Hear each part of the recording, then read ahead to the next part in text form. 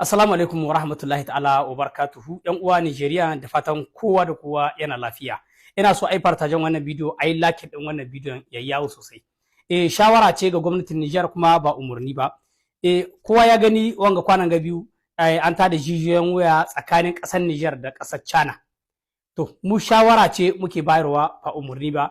Abin da kira na ga gwamnatin Niger, ya kamata gwamnatin Niger su hau tabulin sulhu tsakaninsu da ƙasar China. Saboda wannan lokaci da muke ba lokaci ba ne na gwamnati ta ɗauki ƙudurin cewa dole ala tilas sai an tsaye da wannan aiki na mai ba. Saboda in kun diba yanzu duniya ta samu ƙasar Niger ido, ko ina duniya kallon ƙasar Niger na ake yi. Wannan da suke yi mu mun yarda da cewa abu ne wanda duk ɗan ƙasa yake alfahari da shi, na cewa duk wanda ya ce ba da mu mu ce ba da shi ba, alhamdulillah. Amma kada ku manta da cewa kamfani na uranium yana ruhe, akwai kuma kamfanuka na zinariya da yawa waɗanda suke suma suna liƙe. To idan aka ce shi ma wannan ɗin an kai ja'in har aka kai ga a liƙe shi, wajen muna jin tsoron wajen da kuɗi za su shigo ƙasa, yadda za a wa ƙasa aiki, yanda in kun diba yanzu muna tsakan waɗa ne da 'yan ta'adda kala-kala, da 'yan ta'adda farare da baƙaƙe da na gida da na daji, muna tsakan waɗa na da su. Waɗa sakut share, waɗa tana da cin kuɗi, duk ɗan ƙasa ya sani. Saboda 'yan ƙasan mu in suna lisai sun san cewa kuɗin da Niger ke samu da yawa, amma jirtekin suna tahiya ne ta hanyar kayan yaƙi.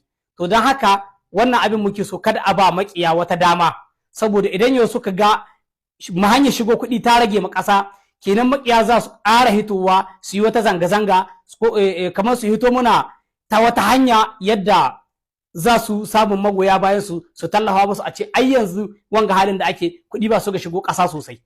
To wannan abin muke jin tsoron shi, tunda Allah ya sa wancan rafinery na Doso ba ya fara aiki bane, balle a ce za a ci gaba da sai da mai a cikin ƙasa, ko kuma za a ci gaba da sai da mai a ƙasashe makwabta ba.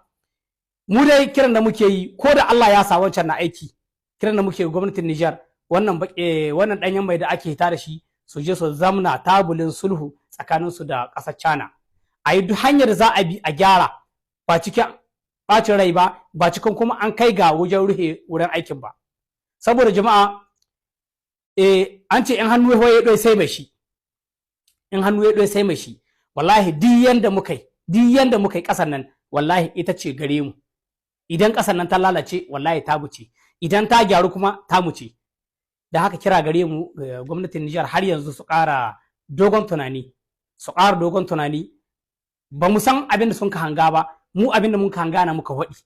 Kenan ba mu da wani umarnin da za mu yankewa, shawara ce. Allah Ubangiji kuma ya sa mu dace. ‘Yan uwa, salamu alaikum.